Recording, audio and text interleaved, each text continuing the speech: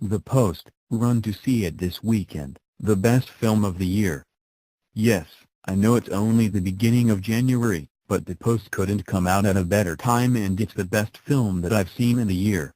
Get ready for some Oscars. The current president, Donald Trump's favorite activity, besides slamming immigrants, is trashing the mainstream news media as fake news. He can't stand that news outlets from the New York Times to CNN to USA Today aren't giving him slavishly adoring coverage. Instead, they report facts and do investigative pieces about his policies, opinions, plans and tweets. He trolled the media on January 10 by calling our current libel laws a sham and a disgrace and saying they do not represent American values or American fairness, so we're going to take a strong look at that. In other words, Donald Trump is threatening to attack the First Amendment, which guarantees our rights to freedom of the press and freedom of speech, enshrined in the United States Constitution. Well, close to 50 years ago, in 1971, there was another American president, Richard Nixon, and he also tried to silence the press. That's what The Post is all about. The film, starring Meryl Streep as Katharine Graham, the owner of The Washington Post, and Tom Hanks as the executive editor, tells the historically true story of the paper's quest to obtain and then publish classified documents detailing the history and decision-making about American involvement in the Vietnam War. These documents were called the Pentagon Papers. President Nixon was determined to keep the Pentagon Papers out of the press and the public eye because they revealed that the government knew that the war was a lost cause, but still kept sending thousands of young American soldiers to possible death in Vietnam.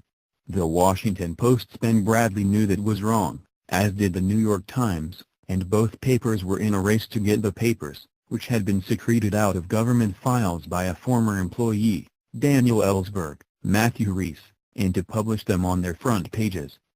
Ellsberg was sickened by the continued carnage of young American lives, and Ben Bradlee was convinced that the American public needed to know the truth about Vietnam, something the Washington Post could do.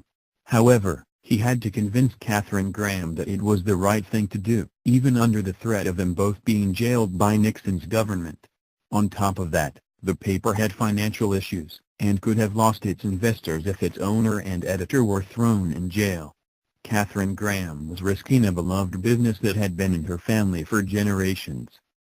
The decision had to be Katharine's, and the film does a fabulous job of portraying the intense sexism of the time, even for a very privileged, wealthy white woman. While Bradlee had full respect for his paper's owner, her board members were so condescending that you'll want to smack them. Nixon's Attorney General, John Mitchell, was successful in getting a judge to issue an injunction temporarily preventing the New York Times from continuing to publish the papers, but ultimately both papers won their case to preserve freedom of the press, in front of the Supreme Court. Ultimately, Richard Nixon resigned after also being implicated in the break-in into the office of the Democratic National Committee, to steal documents before the 1972 election. Sound familiar? Break-ins to the DNC and a president who wants to shut the press up. For these reasons, the film couldn't be more timely.